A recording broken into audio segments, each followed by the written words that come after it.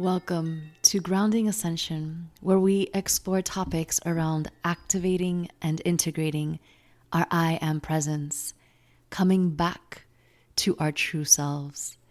I am your host, Celeste Glus. Aloha, friends, and welcome back to another episode of Grounding Ascension. I'm really excited for today's episode, as most of my episodes, because we get to talk about one of my favorite things of life, which I don't really get to talk much about, which is movement and fitness. And I'm going to talk about movement as medicine. So, three main things that I'll be sharing with you today. First, the psychology of workouts and why they may not be working out for you long term, which is what I see with a lot of women that I work with.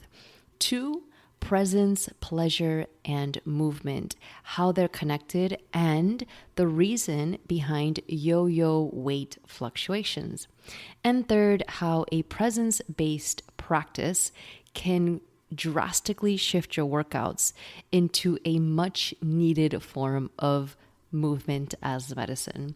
So let me explain a little bit about why and how I've come to this really understanding of movement as medicine. I am basically a fitness fanatic. So I won't make this too long or all about me, but I love movement. I've been moving since I could remember.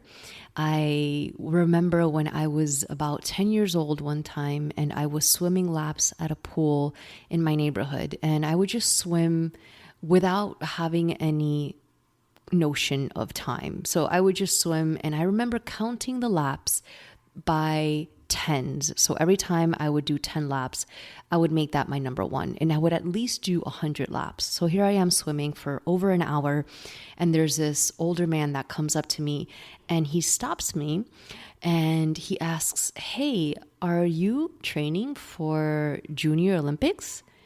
And I was like, what are you talking about? And I was about 10 years old. So unless this guy was a real creep, he was just really asking. And he was there, I remember, with his daughters. So he was asking where my motivation came from and what I was training for. And here I am just wandering my own business, swimming. And I used to do the same thing with running, with rollerblading. I had so much tremendous energy in my body. I would just move. And growing up, I grew up as a dancer, as a professional ballerina, and then into more of a professional dance team style performance. And that eventually turned into a career in fitness. And that also turned into a career in fitness education. So I would educate fitness instructors and certify in trainers and certify master trainers. So I really got deep into what is the fitness industry, and I loved every single second of it. I remember even one time while I was living in New York, I'm one of those class obsessed people. So I was a member of ClassPass, and I would just jump around to as many classes as I could just to see the studios and the teachers and the classes and feel out the music and see how they cued and how they spoke. I mean, I was really obsessed, right? And so in the middle of all of this, what happened was, ta-da, my spiritual awakening. And as you may already know, my spiritual awakening came with a lot of non-movement, a lot of meditation for hours and hours and hours on end. And that, of course, has to be balanced out, except for the fact that I didn't have that understanding at the time. I wasn't able to do that. I wasn't mentored by anyone, nor did I have the understanding of what a spiritual awakening even was. So naturally, the process brought on a lot of fatigue, a lot of disconnection from my own body, a sense of not even feeling a need to be in my body, right? Because if you go deep into the spiritual awakening process, you start to tap into the notion that we're all one. And here we are, a part of the cosmic universe. This physical body is not all that you are. So if you go too extreme in that, you start to lose awareness of how important it is to maintain a strong physical body. And that's exactly what happened to me. So in the midst of all that, I was still a fitness instructor and I was still in the industry. And what happened was my love for movement became a job. It became a chore. It was something else that I had to do on my to-do list, aside from just wanting to sit down and meditate, or not even wanting really. And for my case specifically, I was just almost forced, quote unquote, to sit down and meditate. So workouts to me became a very hard to do on my list. Aside from the fact that I was no longer driven by the physicality of the workouts. So what happened without me realizing through time was that the obsession with working out became the obsession of looking a certain way, of having a certain physique, of attaining a certain kind of performance level, if you can say. And because of my spiritual awakening, I was no longer driven by that. I no longer cared to have the perfect body and the perfect plank and the perfect 100 set of abs.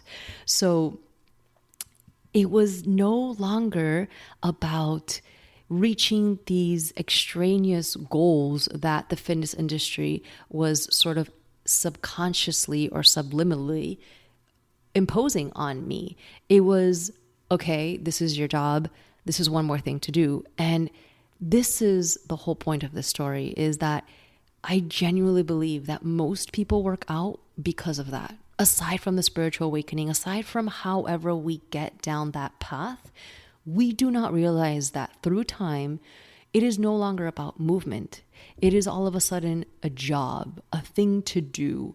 And you're just so far away from that goal that you've been sold of, like, the reason why you're working out is because you're supposed to get leaner. And if you're not getting leaner, you're wasting your time. So you have to kill yourself with every workout. And that's your to do for every single day of the year. And if you're not doing that, you're a failure, right? This kind of psychology behind the fitness industry is what I believe is what's breaking everything apart and actually pushing us back and away from having a healthy life and having a healthy mind and body relationship. So when movement and workouts become a job, a chore, a thing to do, like at 5:30, I have to go to the gym and I have to kill it.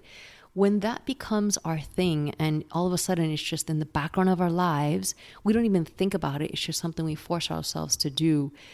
I am 99.9% sure that at some point you will no longer have the results that you want. You will no longer feel energized or supported by the routine that you are upholding yourself to, or you will come into some sort of injury or health situation that will not be aligned with what you're pushing yourself, quote unquote, to do, right? Because you're pushing yourself to work out every day, and yet that goal that you're trying to attain perhaps is not being attained. So that's the whole point of this podcast. Why is this happening? So then going back to my story real quick about my spiritual awakening, and realize that I didn't have a motivation to work out. I didn't have a motivation to stay strong in my body because I really wasn't in my body most of the time. So I really didn't care. But here's the thing, and this is really important for all of us to understand, right? Our bodies are the grounding force of this ascension process, meaning we need a strong body, we need a strong mind to hold, to be the receptor, to be the vessel of the light that is coming in, of the new frequency, of the higher level DNA. So when our bodies are out of whack and they're not in balance, balance is the key, right? So I started to gain weight. I started to feel lethargic. I started to have bone and joint pain, right? From sitting too long, from being completely out of body. I had no strength. What I was able to do with my eyes closed about 6 months earlier, I could barely do. So I realized that I only have this one body. And if I really want to continue strengthening the spiritual aspect of my life, I had to merge the spiritual and the physical. And this understanding really came through a lot of different parts of my work. So it was with the rose wisdom, and it was with really understanding how to anchor into my womb and that wisdom. But really, when it comes down to it, we need to understand that merging the physical and the spiritual is our job and is not an easy one. And when we make a workout a job and a chore, we're actually hurting ourselves more than we are benefiting ourselves. So I realized that I was no longer moving. I was working out as a thing to do. And when my goal was no longer a goal, then I had no reason to work out.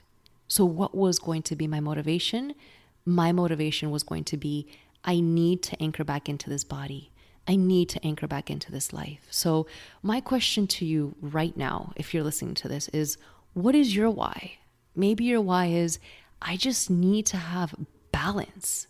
I just need to find a sustainable form of keeping my body strong and healthy. So I want you to press pause right now and just take a moment and ask yourself, what is your why?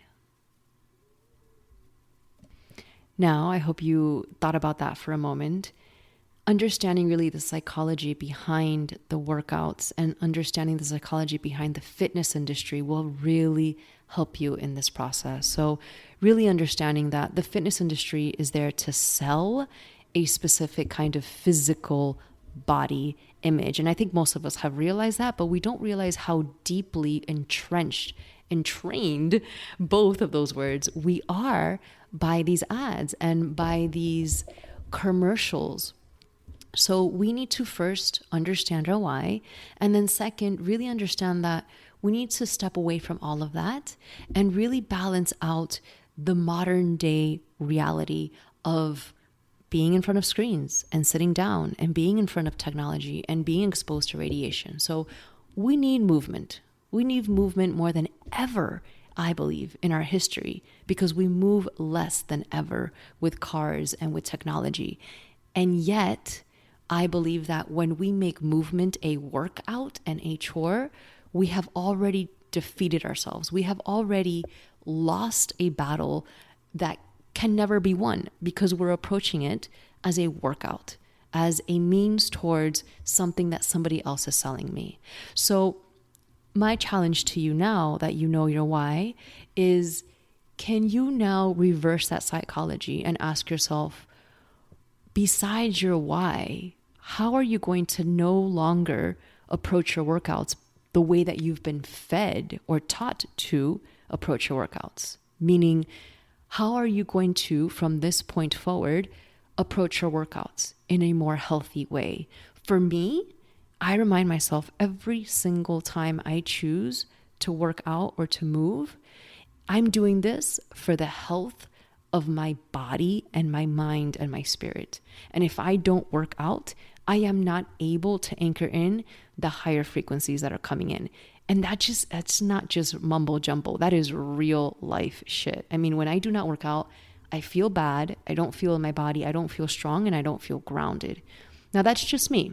That's me getting to know myself and having gone to these extremes, right? So these extremes have helped me understand that about myself. But how are you from this moment forward, and this is one of those pause moments that I'm going to ask you to do, approach your workouts moving forward so that they are sustainable long term.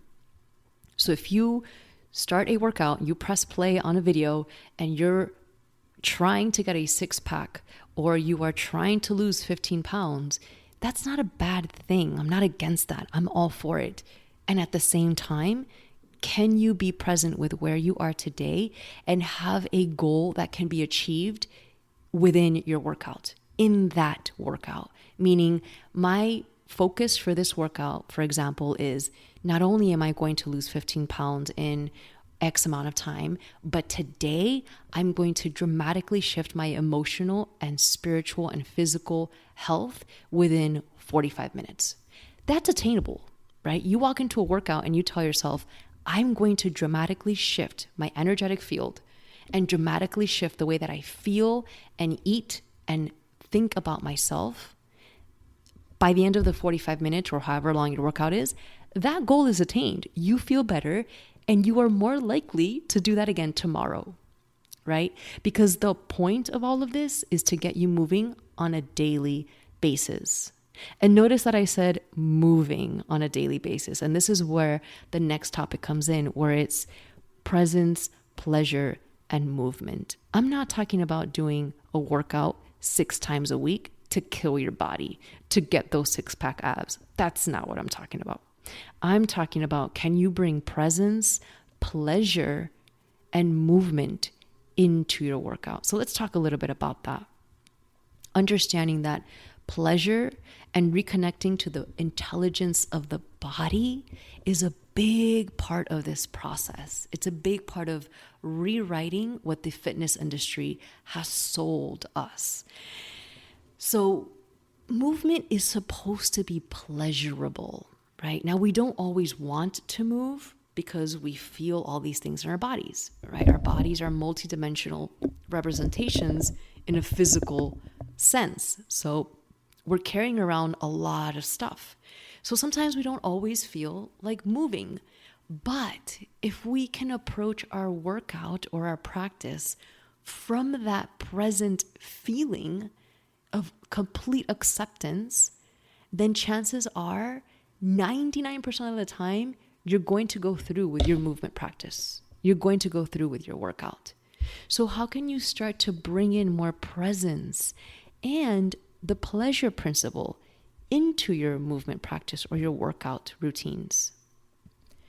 So in my personal experience, when my relationship to working out was solely goal-oriented, I would feel very little pleasure and very little satisfaction from the classes and the workouts I would take, right? I was jumping around all over New York City trying to take as many classes as I could because I felt a lack. I felt that no matter what I did, I was just not getting closer to that impossible goal that I set out for myself, right? So instead of approaching it from a place of, this is my movement and pleasure practice where I get to be present with my body, and whether it's a 30-minute class or it's an hour and 15-minute class, it's going to be about me being present, and I'm going to walk out of the class feeling completely satisfied. So I challenge you to start rewiring your approach and start questioning, how do you feel about your movement and workout practice? And I do believe that pleasure is one of those principles that we don't allow ourselves to feel enough of the time. So as I work with the divine feminine and I anchor myself deeper into the pleasure principle, I have realized how, again, the fitness industry or the workout industry has robbed us of the pleasure experience and just sold us a product. And I'm not against it. I understand it all. This is not about judging it because some people need that at a certain point of their lives. But I do believe that in order to have sustainable, long-term, holistic routines that will last into your 50s and 60s and 70s and 80s, then there has to be some sort of incorporation of the pleasure principle and creating more of a presence-based workout and movement routine for yourself. So, how can we incorporate more presence-based and pleasure-based practices into our workouts, right? Because we also want to have effective workouts. I am all down for some serious, hardcore, kick-ass classes. Let me tell you, I'm really appreciative of of these kinds of workouts, considering the extremes that I've been to, right? Like 10 years old, looking like I'm training for the Olympics. And then here I am in my spiritual awakening, sitting down, and literally my body is completely debilitating before my eyes, right? And so now, it sounds really funny, but it's all true. And now I'm learning to walk the middle path. I'm learning that we are all here to really ground the spiritual and our physical, and we need both. Just like we exercise our spiritual body, we also need to exercise our physical body. And so what I have created is cycle synced bar classes, which will, I know, with time develop into just cycle synced fitness. But really the idea is to bring full presence and honoring to our bodies in every given moment. So understanding that, of course, any person with a womb or woman has a menstrual cycle, and that's before menopause, correct? So if you have a menstrual cycle, you have to honor and accept the fact that your hormones are changing on a daily basis. You cannot go against that. And that's one of the things that just blew my mind when I started this kind of work. I was like, hold on a second.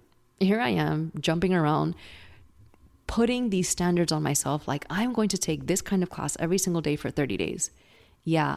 Good luck sustaining that for a period of 3 years, right? Like all of these challenges that we hear about, 21 days, 60 days, X, Y, and Z. Yeah, that's great. But at some point, you're going to hit a wall. If you're a woman, I can speak for women because that's the body that I am in right now. And I say that because compared to my husband, you give him a workout, he could do that same workout for a whole year. He'll just grow upon the reps and that's it. I cannot do that. I've done that in the past and I've hurt myself. I've hurt myself physically. I've hurt myself energetically, coming into complete exhaustion and fatigue. And after everything that I've lived and understand and work with, I realized as a woman, if we are not honoring our cycles, we are stepping into workouts completely blinded, and it's like we're losing the battle that we never even started. The battle could be just completing the workout, right? A battle is not necessarily a bad thing. It's just this challenge that's before you. But if you are not honoring your cycle and you're expecting yourself to perform at a certain level every single day for 3 months or for 1 year, that's not sustainable, quite physically and literally. So what I've created is cycle synced workouts, and I am loving this. So I experimented with this for a really long time before I even introduced it. And I am loving it. So let me explain a little bit about it. Understanding that the program that I have created will literally teach you everything you need to know. So I'm not going to try and break it down now because it will seem a little overwhelming. But the idea is we have 4 seasons in our cycle. And if we can honor those 4 seasons and know which season we are in, and understanding that we don't live in a box. So we need to change our workout styles. We cannot work out the same way we do on the 3rd day of our cycle, the way that we do on the 21st day of our cycle. It's just not sustainable long term. And this is what I found for myself. And this is what I'm also finding with a lot of clients, which is really exciting because once we are switching over to this kind of workout, it's doable, it's attainable, and it's exciting because the more you honor your body, the more your body honors you. So something that's really bizarre is that I'm actually pushing a lot less in my workouts and I'm getting much greater results. I'm much easier able to get the results that I feel comfortable with in my own body, and emotionally and energetically, which is the most important part for me, I feel great. I feel supported. I feel like I know what I'm stepping into. I know what part of the cycle that I'm in every single day I wake up. And so I ride the waves of flow in my life. And The workouts ride those waves with me. So it's something that is really exciting. And I don't see it as a workout anymore. I see it as a way to honor my cycle and honor my hormones on a daily basis, and as a way to express the energy to move through my body. Yes, we're doing push-ups. Yes, we're doing, bar workouts and thigh work and glute work and abdominals, but it's so different because the way that I'm teaching is different. The way that I speak to you is different. The way that we're moving through transitions is different. And it's all catered to honor every single season of your cycle. So if this is something that you are interested in, I welcome you to, one, explore movement as medicine.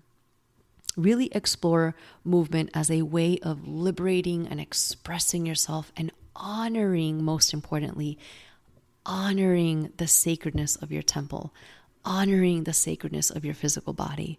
If there's one thing that we need more than anything, I believe, in the process of self-forgiveness and self-love, is to honor our bodies wherever we are right now. All of this yo-yo weight and all of this looping mechanism that we have with food and with workouts and with self-body image, all of this stuff comes from us not accepting and not realizing that we have everything we need right now. If we could just honor where we are and work from that place, right? It's like building a home.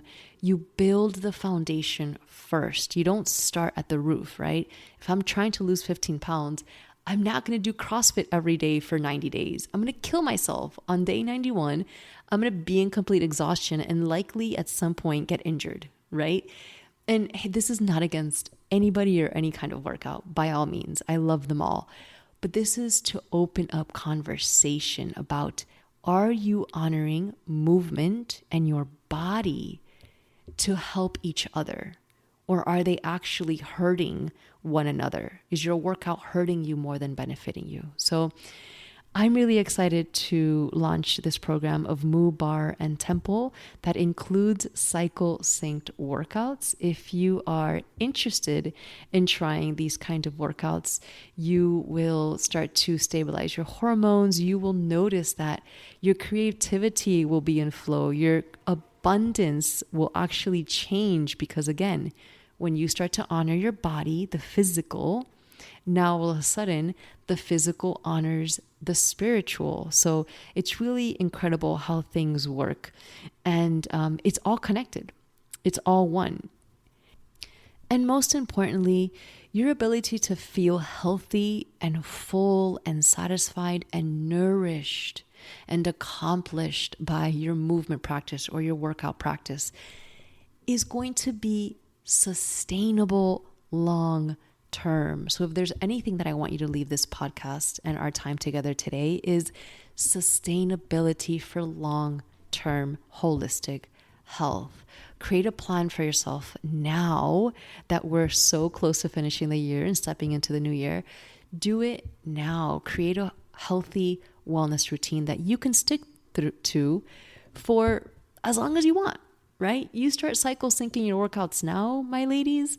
I promise you, you won't have to skip workouts because you'll simply just honor your body where it's at every single day. And of course, from that, you get to benefit, right? You benefit from understanding your body more. You have a healthier relationship with accepting and honoring your temple on a daily basis. You no longer have to have this frustrating relationship with fitness workouts and accomplishing this kind of crazy goal that's out there somewhere in a 90-day or 3-year long-term path, right? It's you being present with all that you are right now. And so by doing that, you're actually magnetizing the results that you want and accelerating. You're almost like quantum leaping, if there's anything that I can explain it as. You're quantum leaping into your results. So if this interests you, if you are a bar advocate or you're new to this and you are interested in trying it out, please check out Moo, Bar, and Temple and our new membership program, which will include 4 cycle synced bar classes per month and all of the support that you will need to start applying what is called cyclical living. And aside from that, the membership also comes with quarterly conversations on what I am calling women worth listening to. So, conversations really voted by the women in the community, the topics of most interest to us, and just leading thought experts on high level topics that we are all really interested to learn about and don't always have the time for. So I'm excited about this project. I'm excited about sharing with you cycle synced workouts and cyclical living. And I hope that you enjoyed this talk on fitness as much as I have.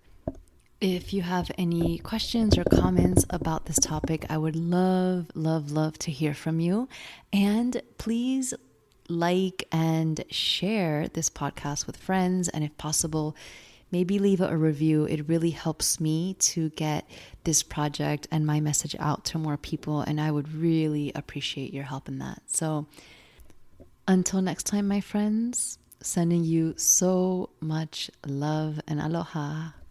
Mwah.